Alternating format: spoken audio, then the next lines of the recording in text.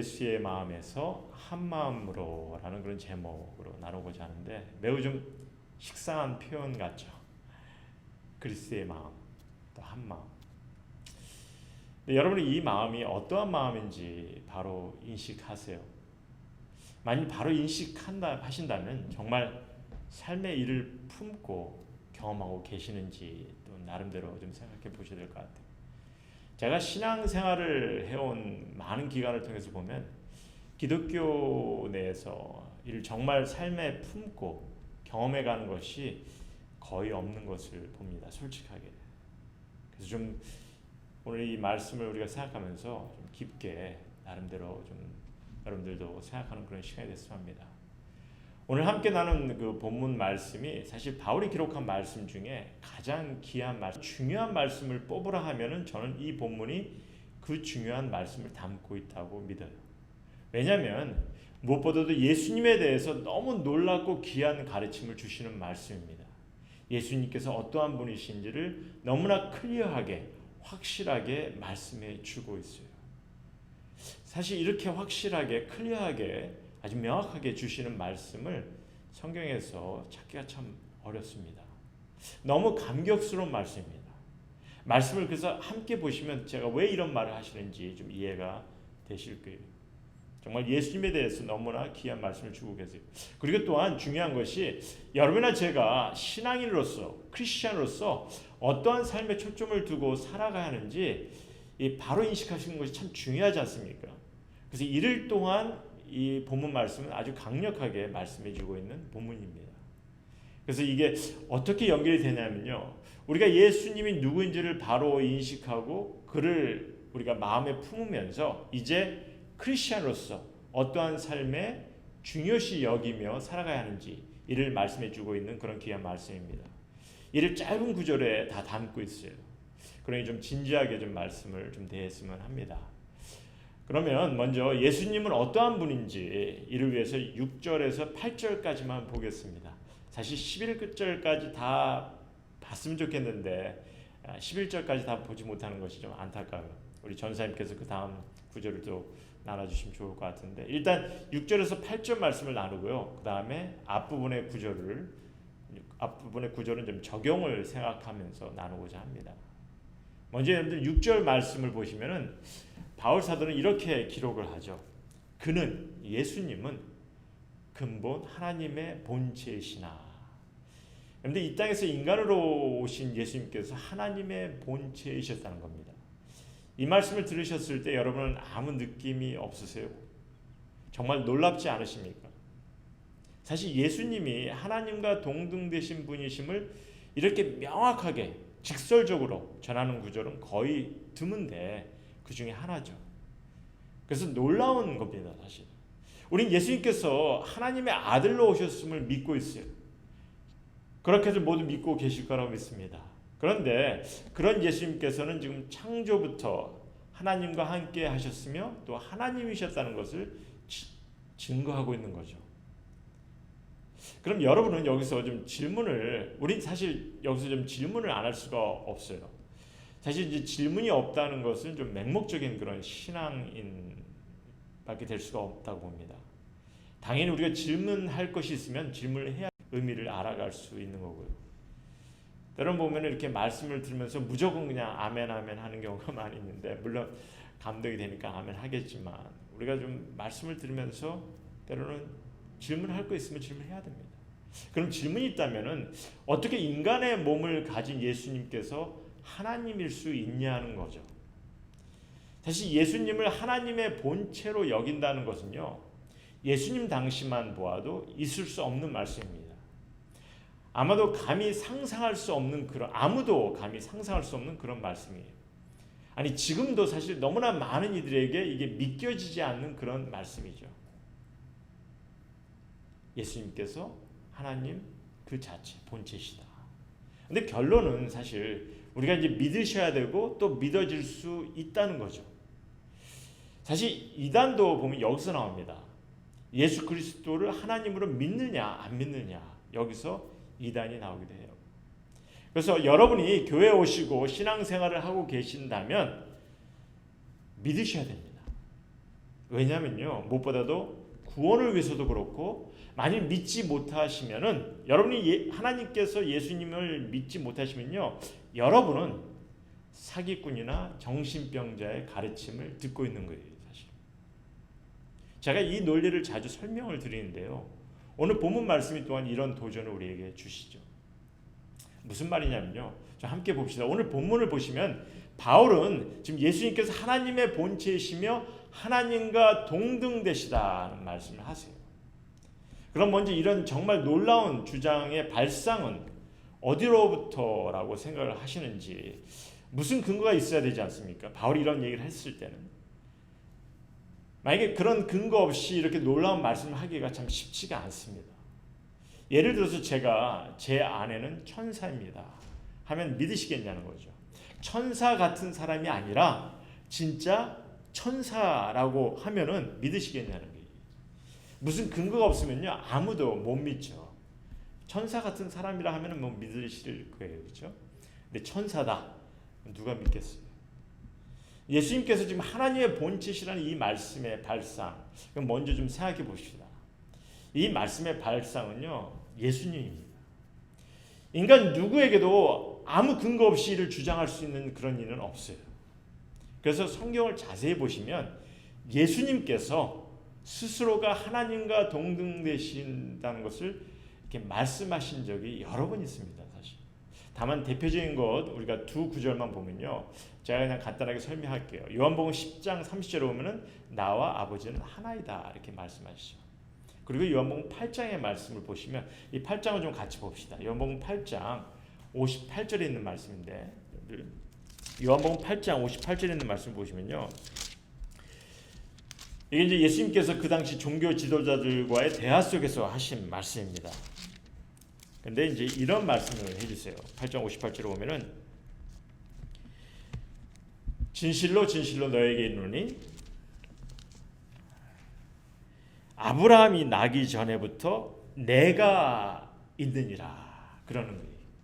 사실 여기서 내가라 할 때 원어로 보면요, 스스로 존재하는 자, 하나님을 뜻하는 말이죠. 그래서 영어로 보면 before Abraham 그렇게 합니다. I am. 아브라함이 나기 전부터, 즉 태초부터 존재하였다는 거죠. 그래서 이 말씀을 듣고 종교 지도자나 바리새인들이 예수님을 돌로 쳐 죽으려고까지 합니다. 그 내용을 보시면, 왜냐면요, 저들에게는 예수님이 하나님을 모독하는 사기꾼 아니면 정신 나간 사람으로밖에 보이질 않거든요. 그렇잖아요. 스스로가 나는 하나님과 하나이다, 아브라함이 나기 전부터 내가 있느니라, 뭐 이런 말을 하니까 어떻게 받아들이겠어요? 그러니 지금 이 순간 여러분이나 저도 결정하셔야 합니다. 정말 예수님을 하나님의 동등된 본체로 받아들이고 믿으시든지, 아니면 정신 나간 사람으로 여기든지 세계의 사기꾼으로 여기든지.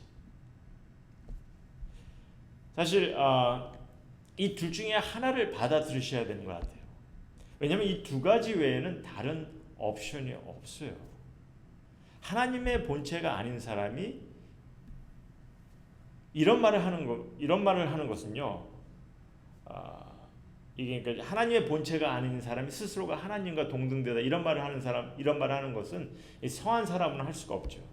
성이라고 간주할 수도 없는 거고, 인생 철학을 가르치는 그런 윤리적 선생이라고도 볼 수도 없는 거고, 이게 거짓 증거자 아니면 사기꾼입니다. 본인 스스로가 하나님의 본체가 아니면서도 하나님과 하나이다, 아브라함이 있기 전에 내가 존재한다, 이렇게 얘기하는 그 자체. 그래서 질문을 하는 거죠. 여러분 예수님을 어떠한 예수님으로 받아들이시겠냐는 겁니다. 정말 예수님을 하나님과 동등되신 그런 존재, 그런 분으로 받아들이시든지, 아니면 우리는 예수님을 사기꾼이나 정신 나간 자로 볼 수밖에 없다는 거죠. 사실 이를 증거하고 있는 바울도 사실 한때는 예수님을 정신 나간 자, 사기꾼으로 믿었죠. 그래서 그는 예수 믿는 이들을 핍박하고 심지어 돌매질로 처형까지 하게 하였습니다. 그래서 예수 때문에 첫 순교를 당한 스데반을 죽게 한 장본인이죠. 그런데 그런 사람이 이제 예수님을 하나님의 본체라고 고백하고 있다는 겁니다. 그런 그의 놀라운 그런 경험을 지금 하고 있는 거죠. 여러분들 바울은요 구약의 말씀을 너무나 잘 알고 있는 사람이에요. 그래서 본인 스스로가 하나님을 너무 잘한다 생각하였어요. 예수를 핍박할 정도로. 그런데 그가 부활하신 예수님을 직접 목격하고 그리고 이제 그는 예수님을 주라 고백을 하고 있습니다. 다시 한번 묻죠. 여러분의 고백은 어떻습니까? 정말 예수 그리스도를 주님, 하나님과 동등되신 그런 분으로 여러분들께서 받아들이시고 믿으시냐는 거죠. 그런데 이렇게 하나님의 본체이신 예수님께서 인간의 몸으로 오셔서 하나님과 동등됨을 취할 것으로 여기지 않으셨다 이렇게 적고 있습니다. 사실 이 또한 너무 놀라운 의미를 주는 말씀인데 우리가 하나님의 능력을 생각해 보면요, 우리는 하나님을 창조자 하나님, 전지전능하시고 무소부재하신 그런 놀라운 하나님으로 인식을 합니다. 그럼 그런 분이 인간의 몸으로 오셨다면은 무슨 이유로 오셨을까? 우리 좀 생각을 해봐야죠. 왜 인간의 몸으로 오시길 뜻하셨냐는 거죠. 분명히 이 땅에 오신 것은 자신에게 있는 영광을 다 포기하고 사람의 모습으로 오시는 것인데 그런 놀라운 하나님이신데 왜 인간의 몸으로 오셨냐는 거죠. 그럴 이유가 뭐냐는 겁니다. 여러분은 아무 이유 없이 하수 같은 그런 더러운 곳에, 그런 지저분한 곳에 내려가시겠어요? 아무 이유 없이 노숙자들이 사는 곳에 가서 살 수 있으시겠냐는 거죠. 지금 놀라운 하늘의 보좌를 두시고 내려오셨는데 왜 오셨겠냐는 겁니다.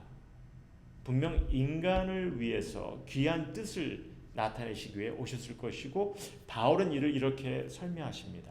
우리 7절하고 8절 보면은 그렇게 얘기하죠. 오히려 자기를 비워 종의 형체를 가져 사람들과 같이 되었고 사람의 모양으로 나타나셨음에 자기를 낮추시고 죽기까지 복종하셨으니 곧 십자가에 죽으심이라. 근데 이 말씀은요, 예수님께서 이 땅에 인간의 몸으로 오신 두 가지 이유를 설명하십니다. 먼저 7절에 보면은 자기를 비워 종의 형체를 가져 사람이 되셨음을 말씀하시죠.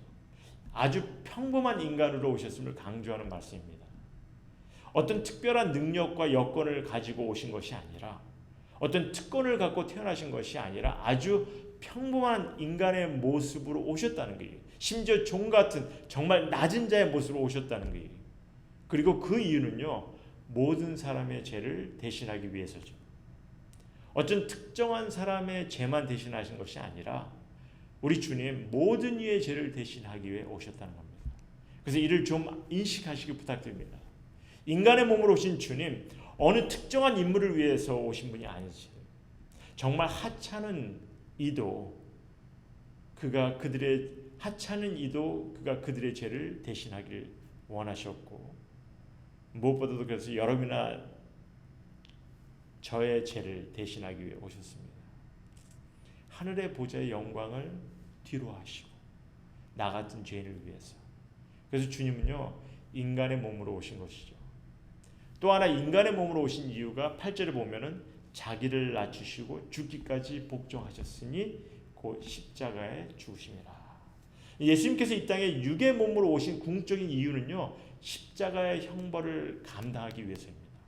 그런데 죄의 심판인 십자가 위의 죽음의 형벌을 그냥 단순한 죽음이 아니라 이게 보면은 형벌 중에 가장 잔인한 형벌이 십자가의 형벌, 십자가의 죽음을, 그 고통스러운 죽음을 자처하시기 위해서 오셨다는 겁니다. 왜 이런 말을 하시냐면요, 여러분들 인간의 죽음에는 여러 가지가 있어요. 그래서 만약 그냥 예수님의 죽음이 아주 단순한 죽음이었다면은 사실 모든 이의 죄의 심판을 대신하셨다고 하기가 좀 어렵게 보일 수도 있어요. 그렇지 않습니까? 지금 모든 인간의 그 추악한 죄들을 향해서 하나님이 그 죄의 심판을 대신하실 것인데, 그러니 분명 아주 단순한 죽음으로 될 수 있는 것은 아니라고 봅니다. 그래서 사실 십자가 형벌을 허락하셨다고 봐요. 여러분, 십자가 형벌은요 인간 역사상 가장 처참한, 가장 고통스러운, 가장 잔인한 그런 형벌로 알려져 있습니다. 그리고 그런 처참한 죄의 심판을, 그래서 그런 처참한 그런 모습으로 우리가 경험해야 될 그런 그 죄의 심판을 받게 하신 것이죠. 어딜 간에 사실 물론 나는 죄가 별로 없어요 이렇게 생각하시는 분도 있겠지만 아주 극악한 죄를 진 사람도 있지 않습니까? 그런 사람이 받아야 될 그런 처참한 죄의 심판까지도 주님께서 대신 받으셨다는 거죠. 그것이 주님의 십자가입니다. 그래서 이 모든 것을 통해서 우리에게 궁극적으로 무엇을 말씀해 주고 있느냐? 사실 우리가 이제 이 말씀을 좀 더 깊게 생각하면은 무엇보다도 우리를 향한 하나님의 한없는 사랑을 우리에게 좀 보여주고 계십니다. 정말 놀랍고 귀한 사랑의 모습을, 그리고 그 사랑을 위해서 죽기까지 겸손하시고 그 희생을 감당하신 그 주님을 말씀해 주고 있는 거죠. 그래서 그가 나중에 어떻게 하나님께서 그를 그에게 영광을 돌리신지 우리에게 설명하고 있는데, 어쨌든 우리에게 주시는 이 말씀을 통해서 지금 우리 한마음교회 성도님들이 좀 이를 온전히 보셨으면 합니다. 이런 주님의 희생, 주님의 사랑, 비록 당신 스스로가 하나님의 본체이시지만은 그 모습을 뒤로하시고 우리를 위해서 희생과 사랑을 보이시기 위해 이 땅에 오신 주님. 그래서 5절에 바울은요 우리에게 이런 권면을 합니다. 너희 안에 이 마음을 품으라. 주 그리스도 예수의 마음. 그 놀라운 하늘의 보좌에서 내려오실 이유가 없으신 그런 예수님인데, 전지전능하신 분이 뭐가 부족하고 뭐가 아쉬워서 하나님의 권위를 뒤로하시고 사람의 모습으로 오셨겠어요. 그것도 아무 특권이나 능력 없는 그런 종 같은 그런 위치에서 사람으로, 그럴 이유가 없으신데 주님은 인간의 몸으로 오셨다는 거죠. 왜? 여러분이나 내게 주어진 이 모습 때문에, 죄로 인해서 죄의 심판인 죽음의 형벌을 받아야 하는 그런 인간이 되었는데 이를 대신하기 위해서, 사실 우리는 무슨 일을 해도 무슨 노력을 해도 하나님의 심판을 피할 수 있는 그런 인간이 못 됩니다. 하나님과의 관계를 회복할 수 있는 그런 존재가 못 돼요. 그런데 이 불가능한 것 같은 그런 것을 하나님께서 가능케 하신 것이죠. 온전히 거룩하고 죄가 없으신 이가 내 죄 형벌을 대신하신 겁니다. 그리고 우리의 죄 용서함을 받아서 다시 하나님과의 관계를 회복할 수 있도록 이를 위해 주님이 오셨고, 이는 무엇보다도 우리에게 너무나 크신 사랑을, 또한 너무나 크신 희생과 겸손의 모습을 우리에게 보여주셨다는 거죠. 그리고 바울은 우리에게 이런 예수님을 우리가 인식하고 그 예수님의 마음을 품기를 소원하십니다. 그 사랑의 마음, 그 희생의 마음, 겸손의 마음, 이런 마음을 품기를 소원하세요. 그럼 여기서 아주 중요한 질문이 있습니다.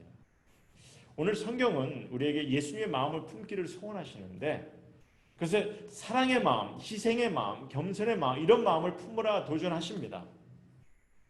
그럼 왜 이런 마음을 품어야 하는지, 예수님의 마음을 품는다는 것은 한마디로 예수님을 닮아가라는 도전이거든요. 그리고 신앙 성숙을 위해서는 이것만큼 중요한 것이 없다고 봐요. 예수님을 닮아가는 것. 그래서 예수님의 마음을, 그 사랑의 마음, 희생의 마음, 겸손의 마음, 얼마나 근본적이고 얼마나 귀한 것입니다. 이것을 품으라 하세요. 그럼 그 이유가 뭐냐는 거죠. 물론 이제 이 예수님의 마음을 품는 것 자체도 쉽지는 않습니다. 하지만 일단은 이 마음을 품기를 원하세요.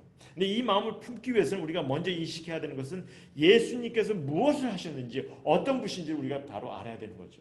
이를 우리에게 설명했고, 이를 통해서 예수님의 사랑과 희생과 겸손의 마음을 인식하기 원하시고, 이를 우리에게 품기를 원하십니다.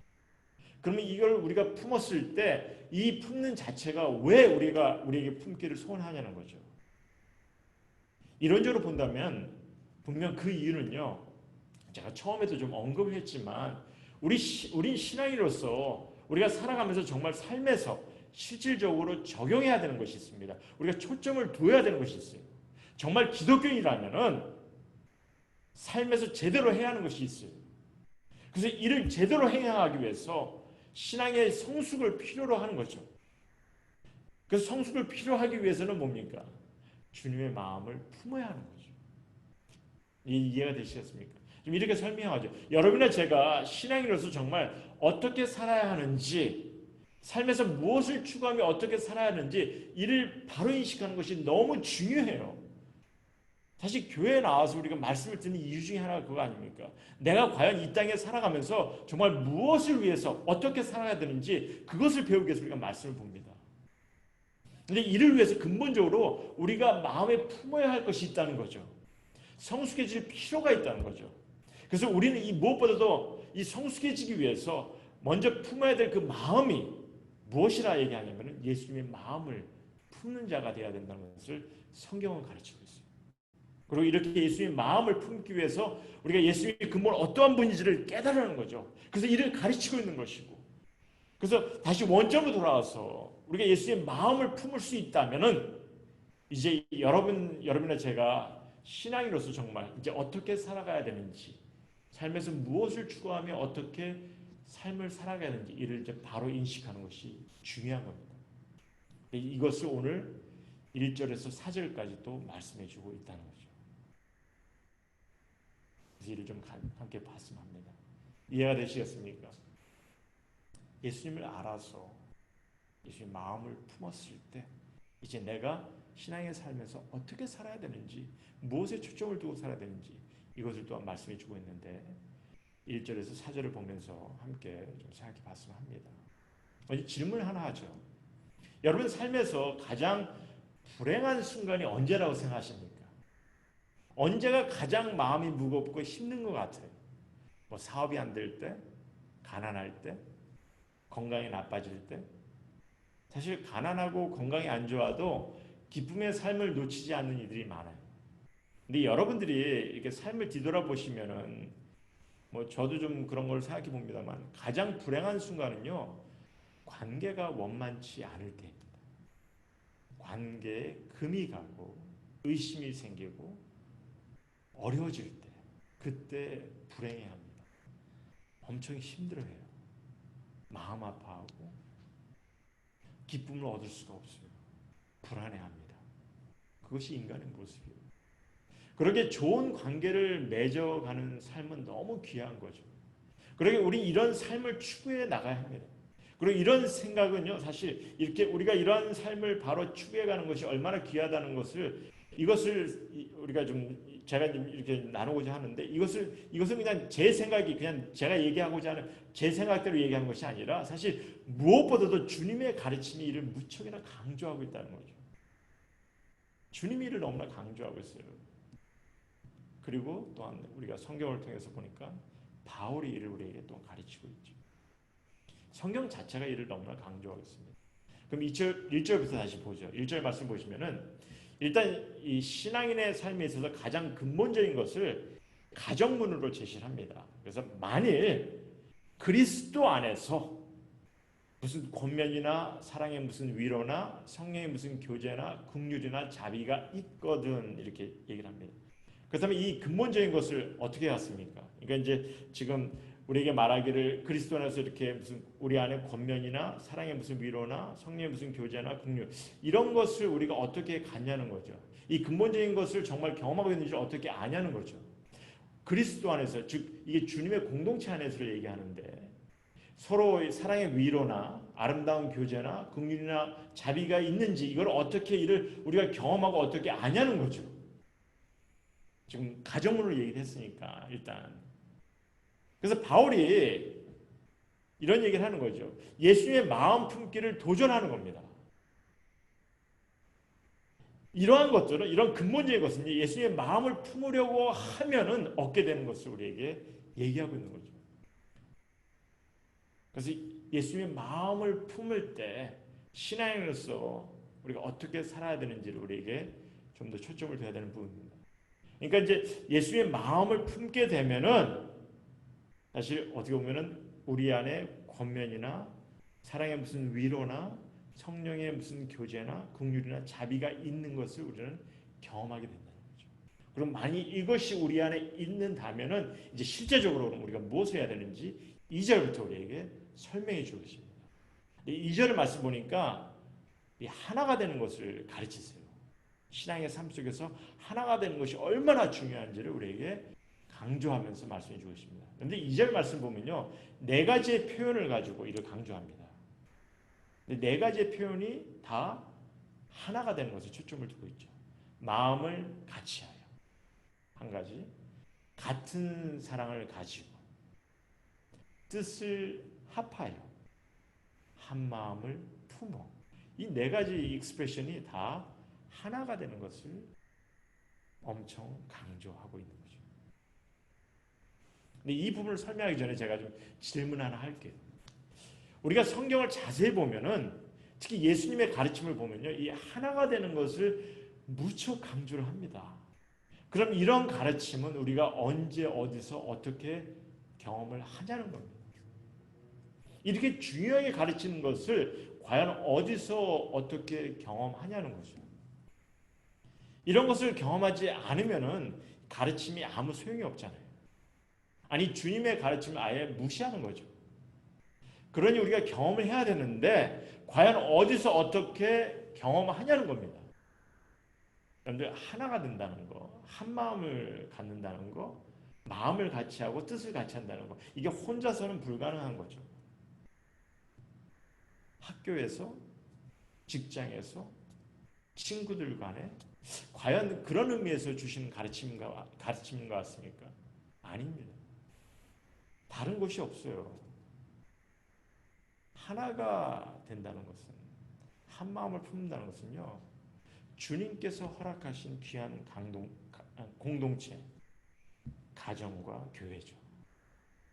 가정과 교회에서 우리가 이를 경험해야 되는 거죠. 여러분의 가정에서 마음을 같이하여 한 마음을 품어야 하는 거고요. 또 주님의 가족 공동체인 교회 안에서 우리 모두가 같은 사랑을 가지고 뜻을 합하여 한 마음을 품어야 하는 겁니다. 이게 실질적으로 경험이 돼야 하는 거예요. 이게 실질적으로 경험이 돼야 하는 겁니다. 그래서 주님께서 강조해서 가르쳐 주시는 거예요. 그래서 저희 교회가 한마음교회라고 부르는 것도 달리 부르는 것이 아니죠. 우리 교회가 정말 주님의 가족으로 이렇게 하나가 되는 그런 귀한 관계를 이루어가는 교회가 되길 바라는 마음에서 한마음교회라고 했습니다. 근데 이제 문제는 보면은 관계 속에 이 한마음을 갖는 것이 쉽지가 않다는 거죠. 서로 치고받는 것은 잘하고 상처와 실망을 안겨주는 것은 잘하는 것 같은데, 그러게 사실 한 마음을 품기 위해 더욱 힘써야 되는 것 같아요. 저희가 그런데 에베소서를 우리가 함께 나눴는데 기억하시는지 모르겠습니다. 에베소서 4장 3절을 보면은 이런 말이 있죠. 평안에 매는 줄로, 그러니까 화평케 하는 띠를 얘기하는데, 화평케 하는 띠로 성령이 하나 되게 하신 것을, 그러니까 성령님께서는 주님의 교회 안에서 하나 되게 하시기 위해서 우리를 화평케 하는 띠로 우리를 묶고 있다는 거죠. 그래서 그 하나 되게 하신 것을 그 다음에 뭐라고 얘기하냐면 이를 힘써 지키라. 그래서 주님께서 하나 되게 하신 이 교회 공동체, 주님의 가족 공동체, 이를 위해서 우리는 하나 되기 위해서 우리는 힘써 노력하기를, 힘써 지키기를 우리에게 말씀해 주고 계십니다.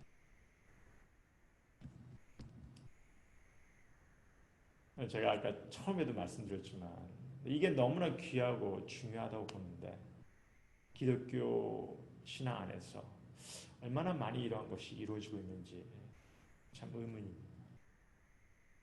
그래서 우리가 하나 되기 위해서는 계속 다음 말씀 보면은 무엇이라고 얘기하냐면 3절부터 봅시다. 일단 3절, 4절 말씀 다 보고 결론을 짓겠습니다. 아무 일에든지 다툼이나 허용으로 하지 말라 이렇게 말씀하시는데, 여기서 다툼은요 어떤 직접적으로 이렇게 부딪혀서 싸우는 그런 의미로 얘기하는 것이 아니고, 뭐 상대를 이기기 위한 음모, 계략, 당쟁 이런 의미입니다. 그러니까 상대를 이기기 위해서 내 나름대로 뭔가 계략을 짓는 거죠. 그리고 허영은요, 이게 헛된 야심이나 헛된 부귀영화 이런 의미보다는, 왜냐하면 헛된 야심을 갖는 것은 우리가 개인적으로 비난하기가 어려워요. 하지만 허영이라는 것이 이게 뭐냐면 헛된 영광의 의미도 있지만 헛된 자부심, 헛된 자만 이런 의미예요. 그러니까 다툼이나 허영의 의미는 궁극적으로 자신의 이익만, 자신의 배부름만 생각하고 다른 이는 무시하는 그런 행위죠. 이런 행위를 하지 말라는 겁니다. 헛된 자부심을 갖다 보면 문제는 남을 보지 못합니다. 그럼 심지어 이 사소한 일로 보면 이제 다투는 일이 생기게 되고 또 감정을 상하게 되는 거죠. 그리고 때로는 자기 것만 생각하고 자기가 좋아하는 것만 하려고 하면 그런 어리석음 속에서 결국 다툼을 갖게 하는 거죠. 하지만 주님은 우리가 이런 상황 속에서 늘 성숙해 가는 기회를 갖기를 원하세요. 다를 수밖에 없는 그런 이들이지만 서로가 다른 사람들이지만 그러나 더욱 참고 배워가며 성숙해 가기를 바라신다는 거죠. 근데 자신의 것만 챙기려고 하면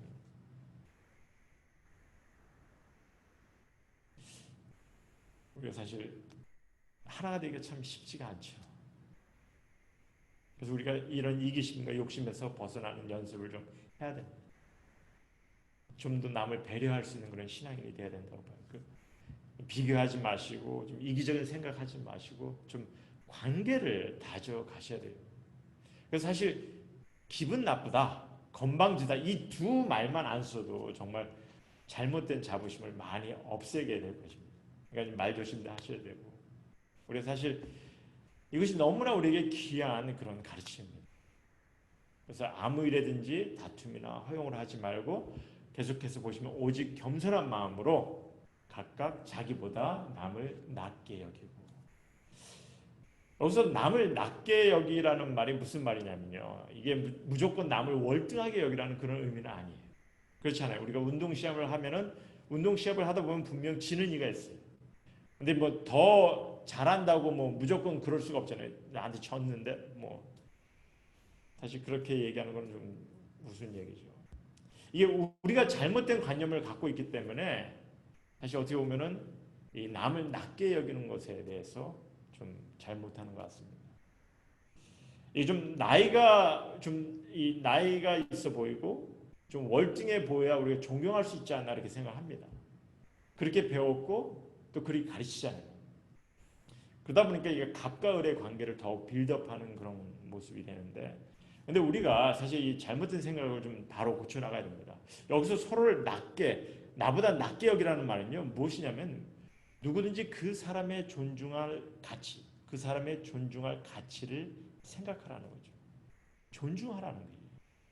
남을 업신여기지 말고 남을 낮게 생각하라는 것은 그 사람의 존중할 가치를 생각하고 존중하라는 거죠.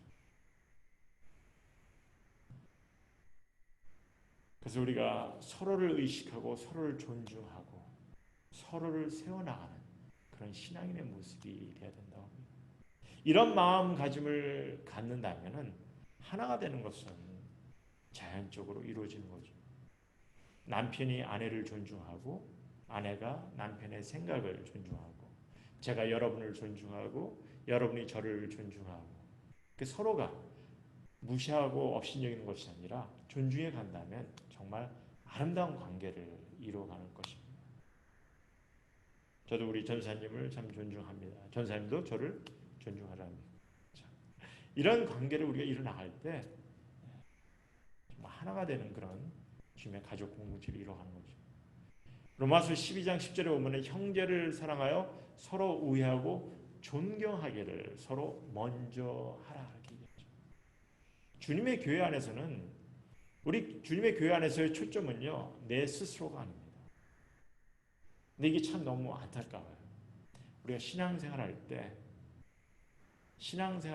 교회를 나오면서 많은 이들이 가장 먼저 초점을 두는 것이 자기 자신. 내가 어떻게 하면 신앙의 성숙함을 경험할까? 내가 어떻게 하면 하나님의 말씀을 더 많이 알고 또 기도를 더 열심히 하고 뭐 헌금을 더 많이 하고 뭐 이렇게 내 스스로에게 너무 포커스를 많이 합니다. 사실 주님의 교회 안에서는 우리 교회 안에서 초점은요 내 스스로가 아니고 서로를 위한 거죠. 교만한 마음에 누군가를 판단하려고 하면요 그 순간 여러분이나 저는 하나님 노릇을 하는 거예요. 내가 교만한 마음에 사람을 판단합니다. 존중할 가치를 서로가 바라볼 수 있는 그런 성도님 모두가 되기를 소원합니다. 마지막으로 해서 이제 4절 말씀 봅시다. 4절 말씀 보면은 각각 자기 일을 돌볼 뿐더러 또한 각각 다른 사람들의 일을 돌보아 나의 기쁨을 충만하게 하라. 이 구절은요, 한글 번역이 좀 듣기 좋게 번역을 했어요. 근데 이제 원어를 보면은 아주 직설적으로 이렇게 권면합니다. 자기 것만 주시하지 말고 각각 다른 사람들의 것을 주시하라. 이렇게 적고 있습니다. 그래서 계속해서 자기 것을 자기 자신에게만 초점을 돌리지 말아야 하는 것을 강조하고 또 서로 다른 사람들의 일을 돌아보라 이렇게 얘기하죠. 근데 여기서 돌본다는 말의 의미를 좀 더 봅시다. 이 단어가 그냥 눈에 한번 쓱 그냥 돌아보면서 그냥 지나가는 그런 의미가 아니에요. 눈을 한번 훑어보면 되는 걸로 그런 식의 의미가 아닙니다. 원어로 보면 스코퍼스라고 해가지고 영어의 스코프, 그렇죠? 관찰용 마이크로스코프 뭐 이렇게 스코프, 관찰용 기구 그 말이 여기서 나왔는데 여러분들 그 관찰용 기구를 어떻게 사용합니까? 무엇을 볼 때 관찰용 기구를 볼 때는 아주 주의 있게 봐야 돼요. 그렇죠? 주의 있게 보지 않으면 우리가 보는 것을 놓칠 수가 있어요. 그런 의미입니다. 서로 좀 주의 있게 보라는 거죠. 남을 바라볼 때. 좀 주의 있게 보라는 거예요. 근데 이런 가르침이 잘 안 되는 것 같아요. 보면 얼마나 주의 있게 봐야 되는지를 좀 모를 때가 참 많이 있습니다. 솔직한 말로 저도 좀 잘 못 지키는 것 중에 하나였어요. 뭔가 이렇게 주의 있게 본다는 거. 특히 이제 내가 원하는 것을 주의 있게 보는 것이 아니라 남을 주의 있게 본다는 거.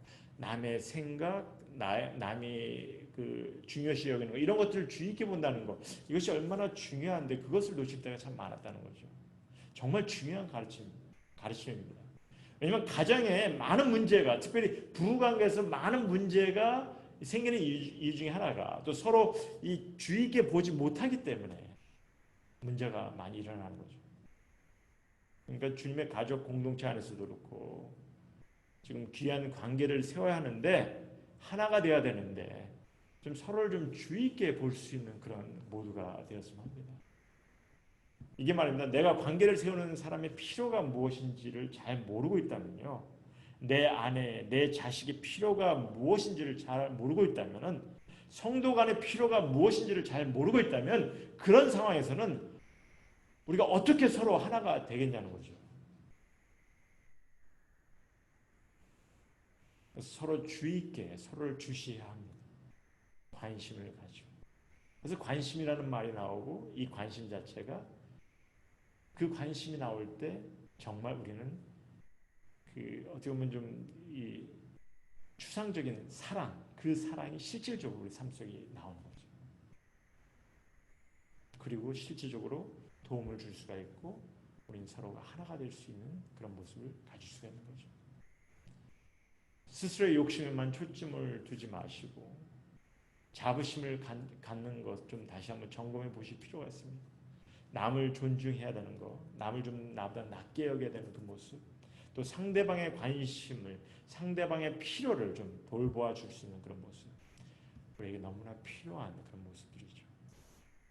사실 우리는 이기적이 아닌, 자기 중심적이 아닌 그 헌신적인 삶, 그러니까 이 헌신적인 삶을 스스로가 갖기가 참 어려운 그런 일이라고 봐요. 아니 어떻게 보면 이기적인 것, 내 중심적인 것이 인간의 본능이라고 볼 수가 있습니다. 그렇기 때문에 무엇보다도 이게 좀 우리의 생각을 좀 바꿀 필요가 있는 거죠. 그렇기 때문에 예수님의 마음을 보라는 겁니다. 예수님의 마음을 품으라는 거죠. 내 이기적인 마음, 내 중심적인 마음, 그 마음을 씻어내기 위해서, 좀 변화하기 위해서 예수님의 마음을 보기를 원하시고 예수님의 마음을 우리가 품었을 때 현실적으로 우리가 행해가야 될 초점을 두어야 될 것을 우리가 바로 볼 수 있고 또한 이를 행해갈 수 있는 거죠. 그래서 우리 모두가 좀 주님의 마음을 품는 그런 성도님 모두가 됐으면 합니다. 좀 희생을 마다하지 않는 그 마음, 자신의 권리를 주장하지 않는 그런 마음, 좀 하나님을 의지하고 좀 겸손한 마음을 갖는 것. 그래서 우리 믿는 모두가 사실 이런 마음을 가질 때 우리 가운데 정말 주님께서 원하시는 그런 한 마음을 품는 그런 성도님 모두가 되리라 믿습니다.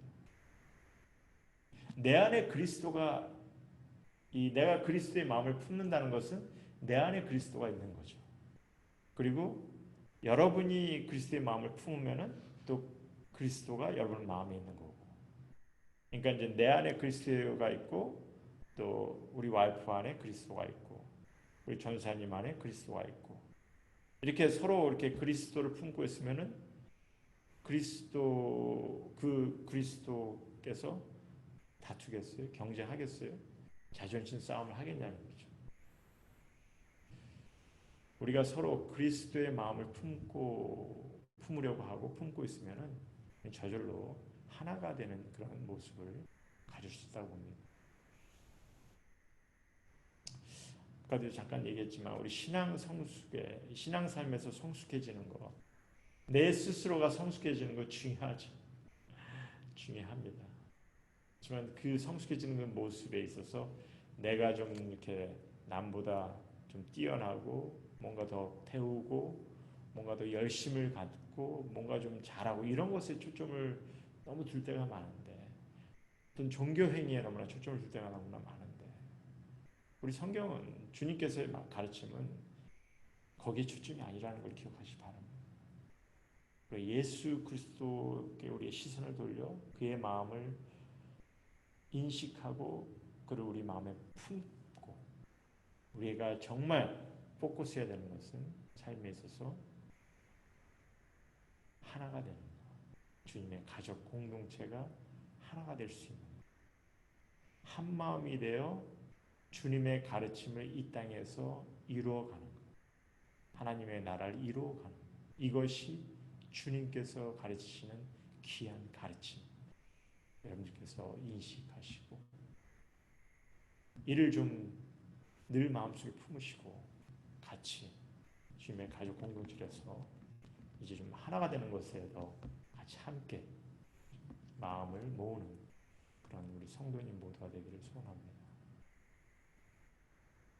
결코 어려운 가르침은 아니지 않습니다.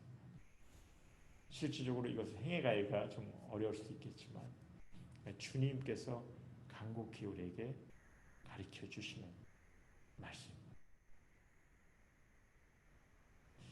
우리 빌보서 1장 2절 말씀 다시 한번 보고 그리고 제가 말씀을 마치겠습니다.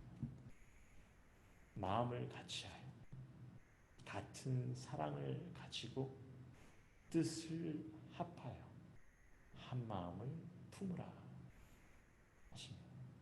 우리 한마음교회 성도님 예수 그리스도의 마음을 좀 품으시기를 다시 한번 기도하고 예수 그리스도의 마음을 품고 계시면 이제 한 마음을 품는 그런 성도님 모두가 되기를 주님의 이름으로 소원합니다.